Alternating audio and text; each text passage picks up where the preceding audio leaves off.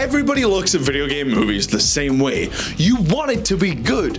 You want it to live up to the source material, but as we've discovered so many times on this channel, that dog don't hunt. Living in a world where movies and video games are forever scooching closer and closer and closer to the point where we're just waiting for fingertips to gingerly touch, it's no wonder that more and more video games are working as movies or TV shows. The Last of Us is a fantastic example of how a video game can transcend into a brand new medium because of its strong narrative. Because your dad might love The Last of Us, but have you seen him try to navigate a PlayStation controller? I don't know what I'm doing!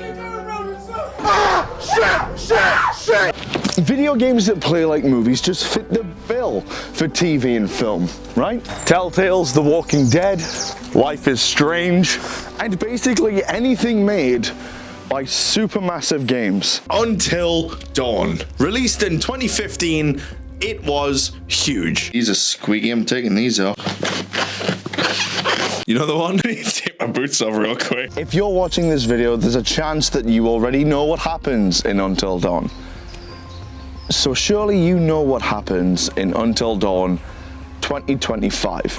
No, you silly livers! No! So what happens in Until Dawn 2025? Is it good? Is it bad? Let's just jump into it.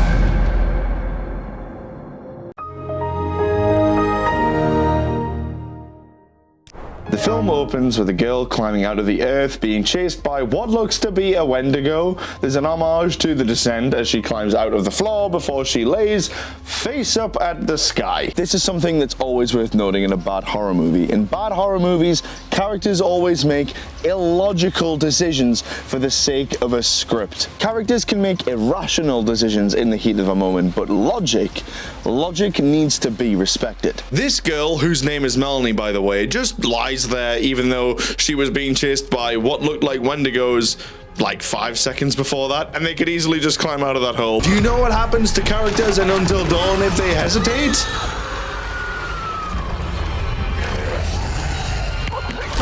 Yeah, they die. And what happens here? Melanie gets dead. Hang on, that's Josh, right? From Until Dawn? The fake killer that he made up to elaborately prank his friends because he's unwell? Not even. And I'll tell you about that when he reappears. So Mel is lying on the floor and says, I can't die again. No, I can't die again. Die again? That doesn't sound right at all for Until Dawn. Until Dawn is famously about the butterfly effect, how your actions have consequences, even if it's not immediate. Is this what Until Dawn the movie is about? No! The core concept of the game this movie is based on doesn't even feature in the film. That bodes well. Next we meet our characters, Max, Abe, Megan, Nina, and Clover, all searching for Melanie from the cold open. They pull up at a gas station and watch a video on Clover's cell of Melanie's last known location. Clover disappears into the gas station and it's Peter Stormare. What a fun little cameo to have in this film Until Dawn, which we can already figure out is it's Until Dawn in only namesake, right? Like Until Dawn took place on a frozen lodge. This film doesn't. It was all about these characters. This film isn't. Wait a second, the killer in the beginning looked like Josh. So what has this got to do with Until Dawn? At the beginning of this film, Peter Stormare is the typical harbinger of doom, which is a cliche role that has been parodied 1,000 times, including in Cabin in the Woods. You know, there's a reason that it was made fun of in Cabin in the Woods. The Ancient Ones see everything, and they will not be... I'm still on speakerphone, aren't I? The storm they drive through suddenly gives up, leaving a wall of rainwater behind them, and then nobody gets a signal. The wall of rainwater is kind of cool, but as the film goes on, it's never really explained why it's here. The house they enter has a weird time turner on the wall. Nina writes her name in the guest book. This is when the time turner turns over. Stop. Okay. What has this got to do with Until Dawn? The giant time turner thing isn't even in the game, it's on the box art. This location not a thing from the game. The missing persons board is sort of in the game, but it's not in any way central to the plot. They find Mel's name in the guest book, and then after noticing the time turner has now turned, they see Abe's car is in the rain wall. None of them go outside to see why it's in the rain. We as an audience can't see anyone, and I don't know what it said in the script, but Nina quite clearly says, I'm not taking my eyes off this guy. and then the other people just go, oh no. Anyway, and wander off deeper into this house. Let's talk about screenwriting real quick. It's super important that your writing makes logical sense, that your character decisions make logical sense, that your scenes and actions make logical sense in order to immerse the viewer, the audience. When stupid and questionable things happen in your movie, the audience is no longer immersed because now they're asking questions like, how did Abe lose his keys? Did he leave the keys in the car? If you can't see anybody in the car, why wouldn't you go outside and just see why it's moved? Why did you say, what are we gonna do about it if no one's gonna do anything about it? Is he just gonna sit there? Better question, are we just gonna sit here? Unless what? And why then did your mates just wander off like some friends, right? And for good measure, tell you what, Abe, why don't you break the rules of surviving a horror movie? I'll check it out and I'll be right back. You had it drunk. There are certain rules. Never, ever, ever, under any circumstances say, I'll be right back. Because you won't be back. Scream is not only the reason that we always question cliches in horror movies, but also why we question ridiculous decision making. You push the laws, and you end up dead. So Abe wanders off without acknowledging that there might be some kind of danger around, and... Dead. Really? Yeah. Nina walks down the hall and walks into Rami Malek. This is not Josh Washington. This is just some killer that occupies this lodge. But if it's not Josh, it shouldn't be here. This killer has nothing to do with Until Dawn unless it's Josh. Because the killer is Josh, playing a fake persona that he made up, looking for revenge on his friends who inadvertently got his sisters killed. I rambled for way too long about why all of this is so wrong in the film, so I chose to cut it out and replace it with just a sentence instead. If you really want to read why it's so wrong, you can pause the video now. This is not the only decision that makes no sense regarding the source material, but we'll get onto that. Anyway, killer fella kills everyone by swinging them like baseball bats, taking out their eyes, and leaving them like Peter Griffin in the middle of the hall. Get mom! Mom! There's a huge missed opportunity here and in the later parts of the film to borrow something from the games as well. So Clover is hiding as the killer walks past her, and if you just threw a point of view shot in and you had the sound effect of Don't Move from Until Dawn, like this.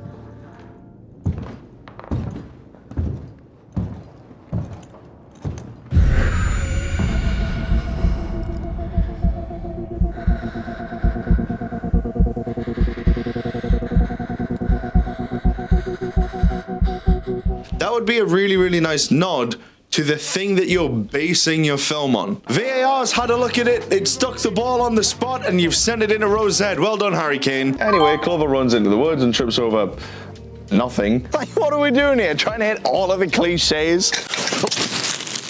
Who did that? Running into the woods in the dead of night, pitch black, and then tripping over nothing is still something that in the context of Until Dawn, you absolutely could have made work. Like the moment in the game when Mike is trying to save Jess, for example. He's running along, and we as the player have to hit the right button at the right time to stop him from like falling into the creek or whatever and getting all wet. All you had to do here was show Clover running, have a second shot from ankle height of a tree root in the ground as she's running along, time slows very briefly, and then she falls on her face. And hey, if the butterfly effect mattered at all in this film, which it doesn't, you could have still had her hit the floor and as homage to Until Dawn, have a bunch of butterflies fly up behind her. Ooh, a pretty image. Not in this film. Again, the ball was there, Harry. Instead, she falls over nothing, stands back up, and knowing that she's being chased by a killer, stands perfectly still, gets killed by the killer because he activated Silent Step in Rainbow Six Siege. The night resets, everyone's alive, and we're back at the beginning of the night. Though it's not original, I still love this as a concept. Films like Happy Death Day did it really well. I do like in this film how when they do come back from the dead, they're left with remnants of the wounds from the previous night. It's quite a nice touch. The gang learn it's a different scenario each night because on this second night, Megan gets possessed and tells them all to not let it in before $1 Million Babying herself midair. So they've been told to not let it in, whatever it is. What do you think they do? I didn't either. Oh my gosh, there's a banging at the door! A ghost mimics Melanie's voice and they betray all logic they even argue over and open the door. Clover gets dragged away and doesn't even try to save herself. Remember what I said about awful decision making, both on screen and before we even got there. Immersion broken. Now there's a screenwriting rule that I've mentioned before on this channel, and that is the rule of why. If you as a writer cannot explain why a character is doing something or saying something, why a set piece is taking place, why actions are occurring, or why something happens with rules in universe, you shouldn't do it. And that is huge, so keep that in mind. Clover sees an old lady in a house watching the news about a recent mine collapse. Hang on, that happens in Until Dawn. That's one of the central plot points in Until Dawn. Is it gonna make sense in this film? Hazard a guess. The old lady, who's apparently a witch, drops exposition, wrestles Clover to the floor, drops some exposition, evaporates into dust, and now Clover is she's cursed. Abe and Nina try to drive off into the rain and encounter a forest giant? But why?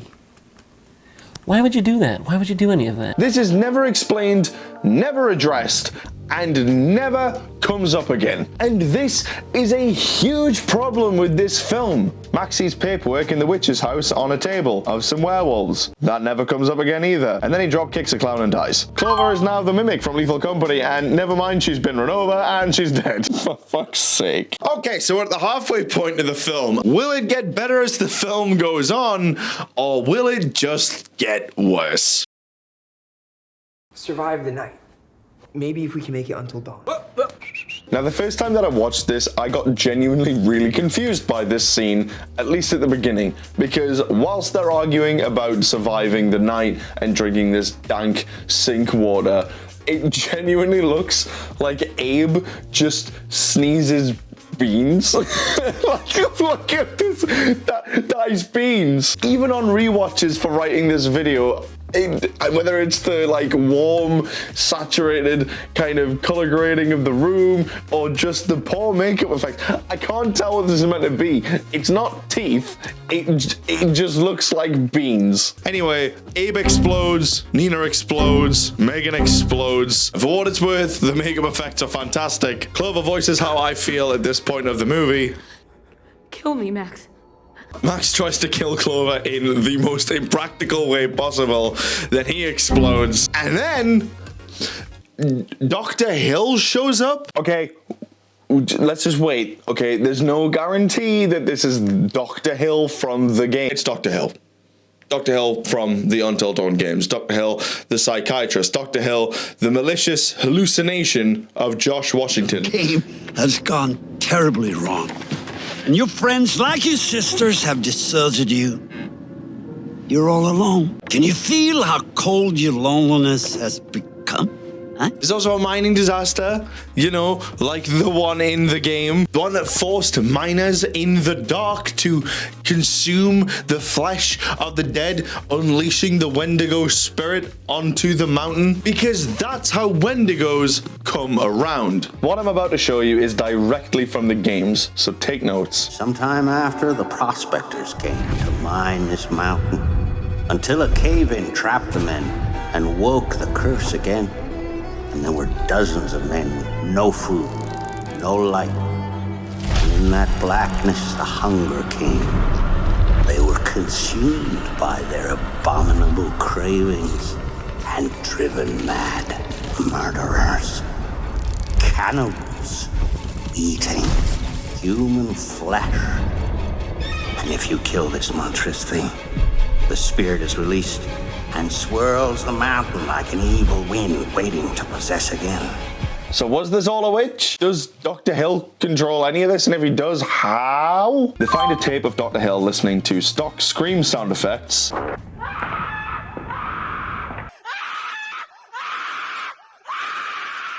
And some bloke who's going through the same thing as these guys. Apparently, this whole thing is caused by the trauma of the mining disaster, but there's a different reveal later in the film that makes that not make sense. The trauma of the mining disaster still lingers, affecting both survivors and visitors. I'm sorry, who are you? And the time turner that's in the little house? Never explained. After 11 or so nights, they turn into a Wendigo. But that's not what a Wendigo is at all, especially in the Until Dawn universe. This whole movie is betrayal of the source material 101. Now Dr. Hill becomes the main bad guy. Just like in the games, the answers that they seek are in the sanatorium. Is this seriously how they're shoehorning in the game's lore? Dr. Hill being the psychiatrist that experimented on a bunch of random people from a mining collapse, which does happen in the games, but way differently, and Dr. Hill is not involved at all. Dr. Hill as a character in the game is a hallucination to Josh Washington. Once genuinely his psychiatrist, but now a vindictive, aggressive, and untrusty part of Josh's psyche. But hey, if this film has one character from Until Dawn and maybe some plot points and the rest of it is self-contained, maybe we're in the clear, right? And the business, we call this foreshadowing. Clover runs off in the woods on her own because apparently Dr. Hill is there with her sister and runs into the one and only bear trap from presumably miles. It's literally like that Adult Swim short. So happy because I'm a gummy bear, gummy bear. Megan and Max went off to look for Clover and find this sunken town, which is actually pretty cool. A sunken town which is part of the mine collapse. And then...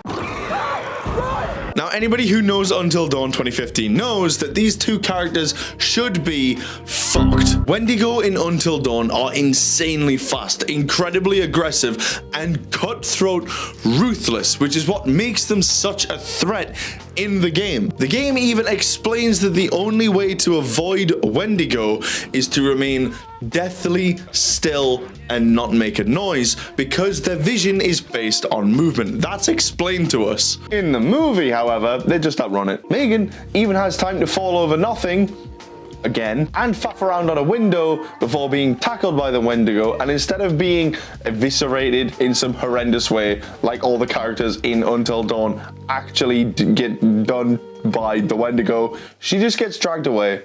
Bye-bye. Bye, Megan. Hope you find your dad. Abe and Nina are dead. Melanie's presumed dead. Clover gives up. So Max kills Clover, drinks the explosive water, walks out into the open, and explodes. Fuck you!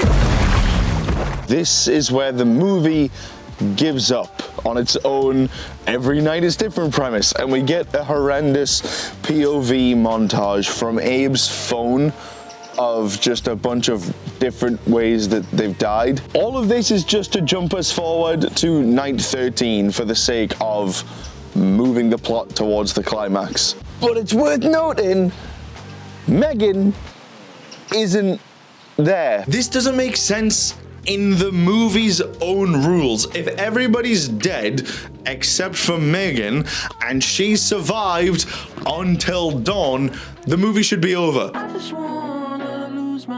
To reset the loop only because Clover's dead betrays the rules that have been established by Dr. Hill in dialogue. Someone always has to die.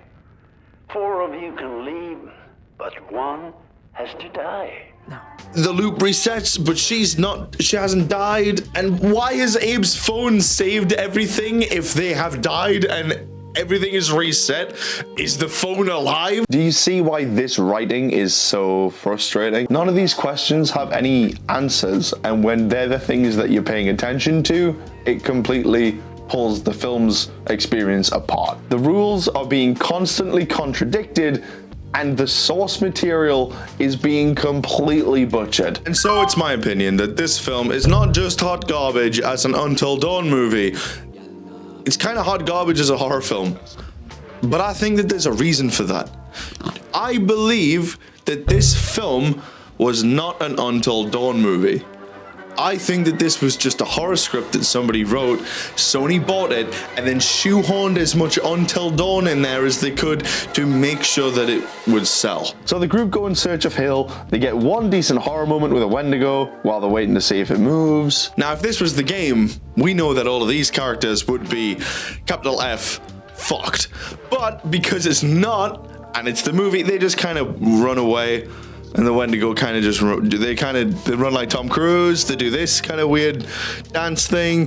It's kind of, that's their vibe. Clover kills her sister. The group kill the not Josh killer with a brilliant head smash. Clover hides from a Wendigo, which in this film's rules, the fact that this happens, and we haven't had explained to us that Wendigo's vision is based on movement, she should be dead here. Because, like, come on. Also, what is this stance?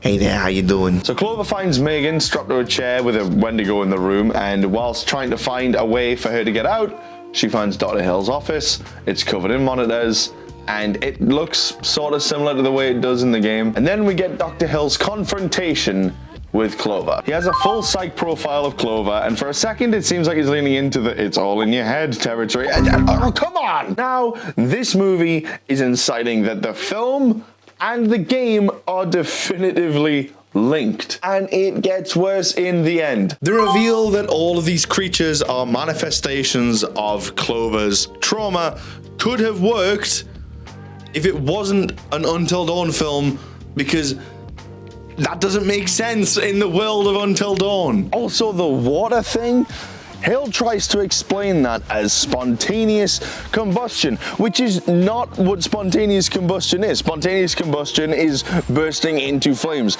not exploding violently. The idea of someone's trauma being manifested as evil that they have to conquer, face, and overcome is a novel idea. But in the movie, all the links to Until Dawn make no sense. The manifestation of only Clover's fears and not anybody else's also doesn't make sense. If this place is fueled by trauma, it should be feeding on everybody's trauma. If everybody's trauma was drawn on and not just Clover's, it would give depth to Abe, Nina, Max, and Megan, who on their own merits are pretty milquetoast characters. And if the place is a trauma manifestation, why the whole Wendigo side thing? And what's the deal with the forest giant? Anyway, Dr. Hill explodes, Megan gets saved, the gang outrun the Wendigo, make it back to the surface just in time for dawn. And everybody survives, and there's no, fake out ending. Except Dr. Hill's monitors change to the cabin from Until Dawn, implying that this is directly connected to Until Dawn 2015. And that's Until Dawn 2025. It could have been a good movie, but it wasn't. But what are your thoughts? Let me know in the comments below. Let's have a discussion. Here are my wonderful patrons. If you would consider supporting me on Patreon, I will kiss you on the lips. Thank you so much for watching. I've been Stag. You've been wonderful. Look after yourself. And don't watch this movie. Bye!